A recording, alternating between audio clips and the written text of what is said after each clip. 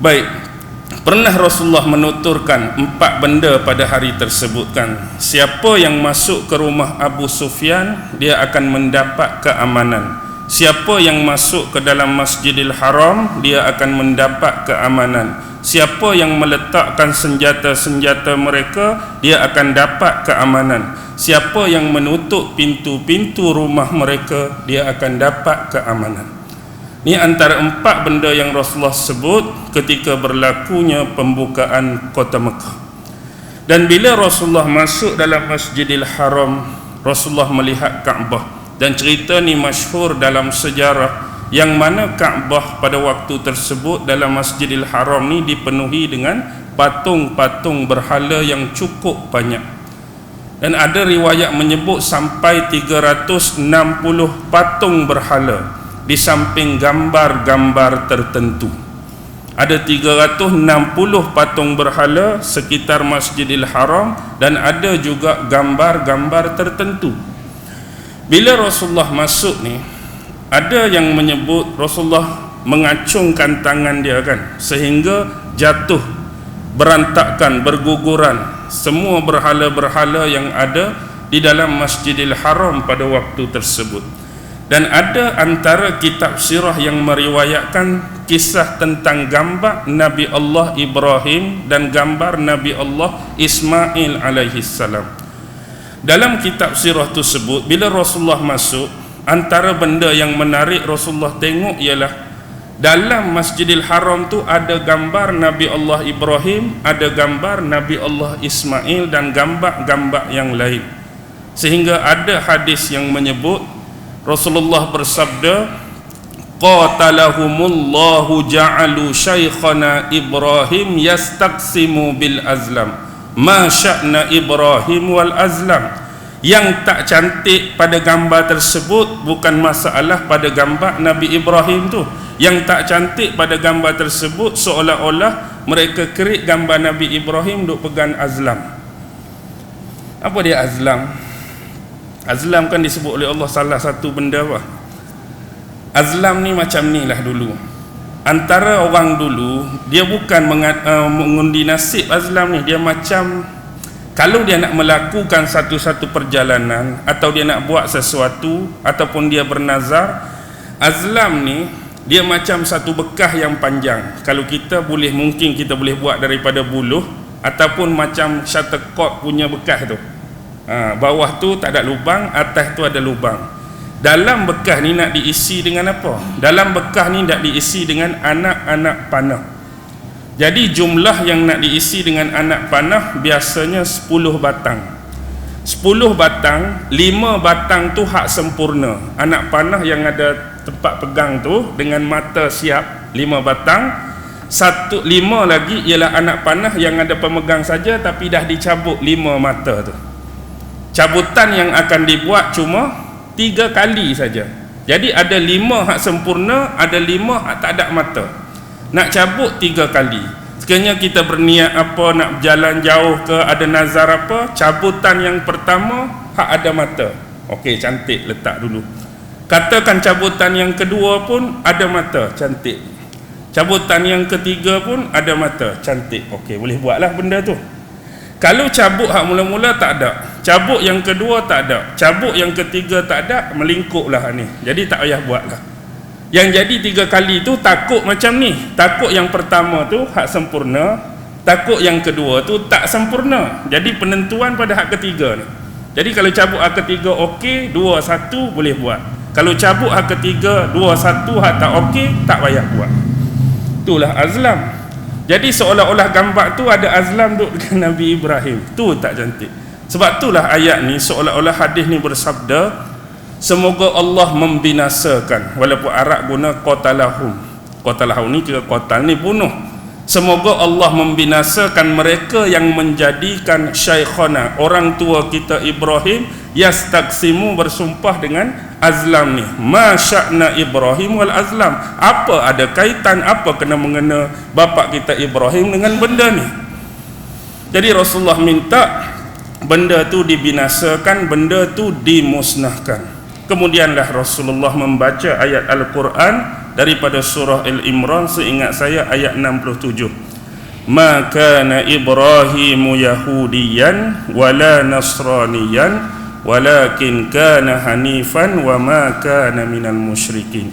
Tidaklah Nabi Ibrahim itu seorang Yahudi dan bukan juga Nabi Ibrahim itu seorang Nasrani, tetapi dia adalah seorang yang mengikuti agama yang lurus dan bukan termasuk di dalam mereka yang mempersekutukan Allah Subhanahu wa ta'ala.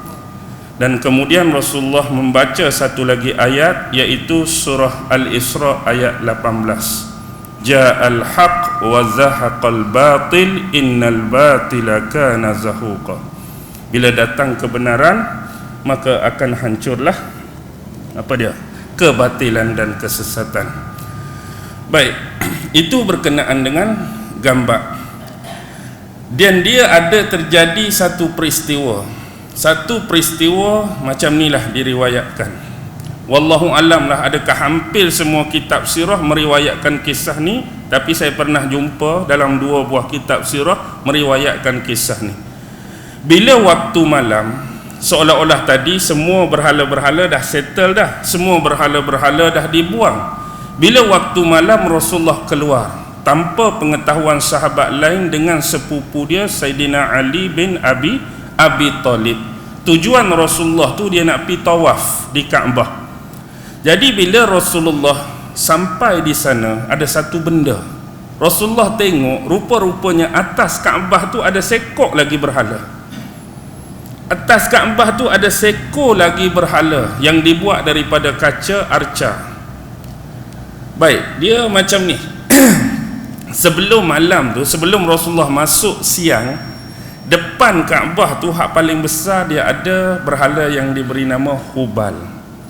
Hubal ni hak asal dulu dibawa masuk, hak start orang nak sembah berhala, patung Hubal ni dia dibuat daripada batu akik merah. Dia dibawa balik dulu dalam keadaan tak sempurna.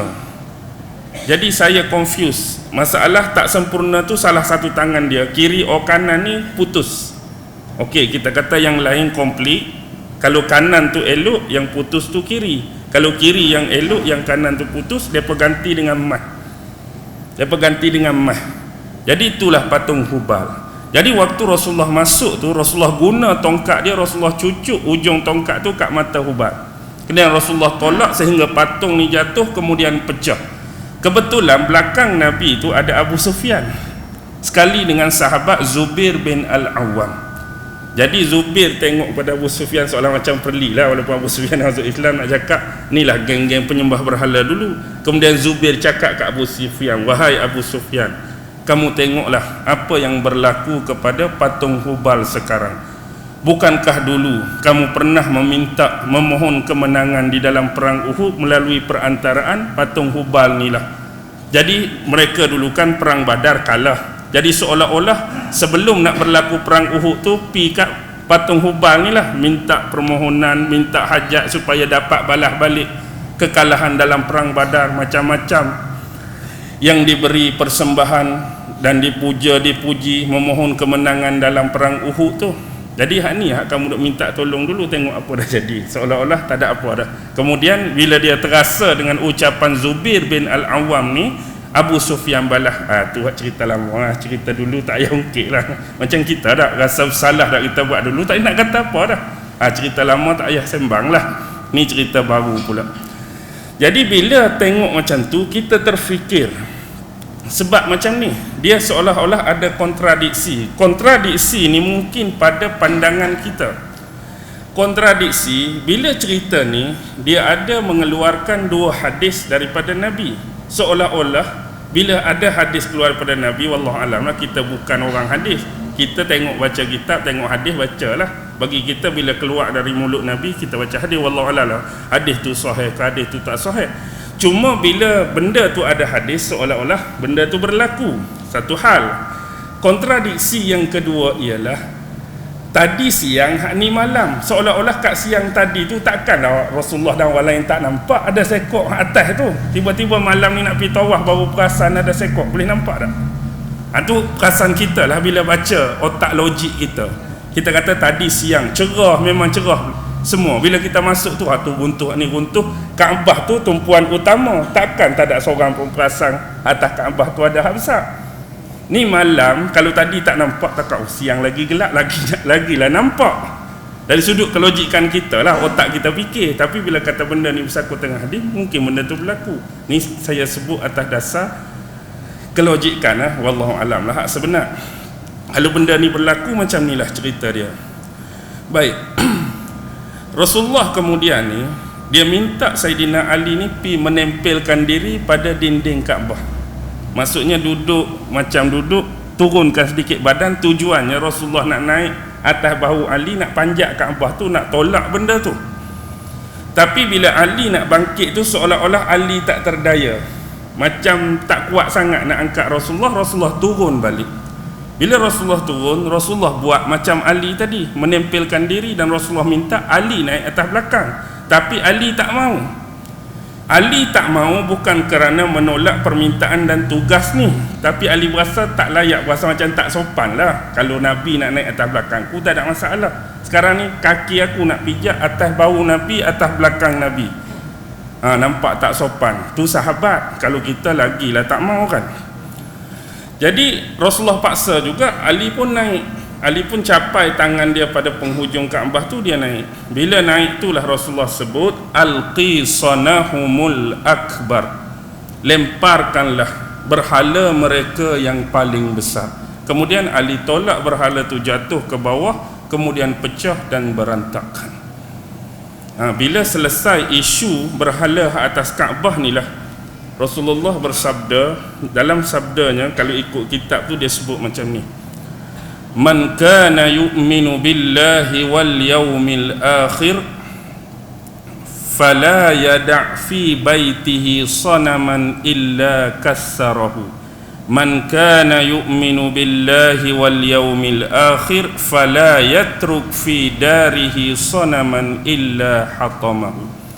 Barang siapa yang beriman kepada Allah dan hari akhirat, janganlah dia membiarkan di dalam rumahnya ada walaupun satu patung berhala, kecuali dia memecah dan membinasakannya.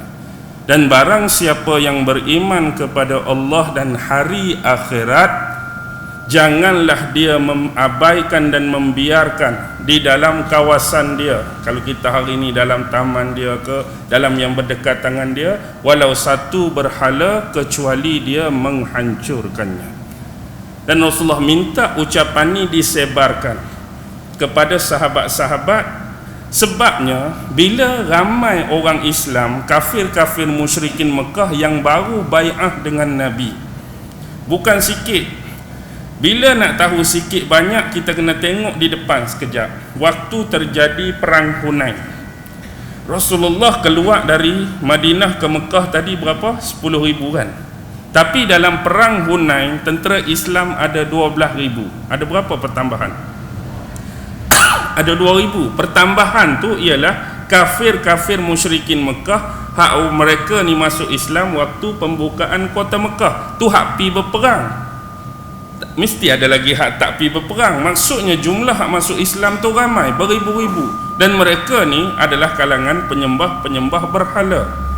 Rasulullah tahu dalam Masjidil Haram dah settle, kat Kaabah dah settle, tapi hak di rumah masing-masing ni macam kita lah ni lah. Hak di kuil satu hal, hak pi kuil ni, hak pi kuil, patung tu patung ni, patung tu patung ni, pi kuil. Bila balik rumah tak ada lagi dalam rumah. Hak lani pun dalam rumah tu ada lagi. Dalam rumah, dalam ruang tamu, hak khusus bilik, hak macam tu, hak macam ni. Jadi balik bagi tahu kat depa ni, hak ni pun peracur habis, musnahkan habis, binasakan habis. Jadi settle lah bahagian ni. Walaupun Rasulullah tahu masih banyak lagi di kawasan-kawasan pedalaman Arab Badui yang ada berhala-berhala khusus mereka. Ini Rasulullah akan settle selepas tu. Baik, bila selesai isu ni, Rasulullah buat satu perubahan secara drastik tentang model pemerintahan masyarakat Arab Jahiliyah. Dahulu pada zaman Abu Lahab, Abu Jahal, Umayyah bin Khalaf ni, model pemerintahan Arab Jahiliyah ni jawatan banyak. Menteri itulah, menteri inilah, menteri itu, menteri ini, ni nak kuranglah sikit. dah kita memerintah dah banyak sangat hak tak ada faedah pun ada. Jadi pengurangan Rasulullah tu Rasulullah ubah semua sekali. Hak Rasulullah tak usik cuma dua benda, iaitu bab sidanah, yang kedua bab siqayah. Apa dia sidanah, apa dia siqayah? Sidanah ni ialah bab pemeliharaan dan pemuliharaan Masjidil Haram, Kaabah dan kawasan sekitarnya. Itu Rasulullah tak ubah. Maksudnya orang duk bawah sidanah ni hal-hal yang berkaitan kebajikan, kebersihan, hal-hal yang berkaitan dengan pembaik pulihan. Kalau ada rosak kena baiki, kalau ada retak kena baiki, kalau ada pecah kena baiki. Macam AJK masjid kita lah ni lah, depa yang jaga semua tentang urusan surau. Ni sidanah, mereka jaga semua urusan Masjidil Haram. Yang ni Rasulullah cuma tukar orang dia. Portfolio jawatan ni kekal kepada sahabat yang nama dia Uthman bin Talha. Uthman bin Talha. Manakala siqayah ialah bab menjamu tetamu, bagi makan, bagi minum kepada tetamu-tetamu Allah yang datang daripada seluruh pelosok dunia. Kerana kita kena ingat Kaabah ni jadi tarikan. Orang datang nak buat haji, tak kira lah haji hak Islam zaman Rasulullah, haji hak zaman jahiliah, zaman Nabi Ibrahim lagi, orang tak berhenti. Jadi tumpuan Masjidil Haram, kota Mekah ni orang nak buat haji. Jadi bila tetamu-tetamu Allah ni datang, dia ada satu portfolio khusus untuk jamu, bagi makan kat depa, bagi minum kat depa. Yang ni diberi kepada bapa saudara dia, iaitu Abbas bin Abdul Muttalib. Lah ni ada lagi, tapi ayat ajalah. Zam-zam makan sendiri ada. Makan sendirilah. Mungkin adalah bulan Ramadan tu mungkin boleh makan free. Baik. Kembali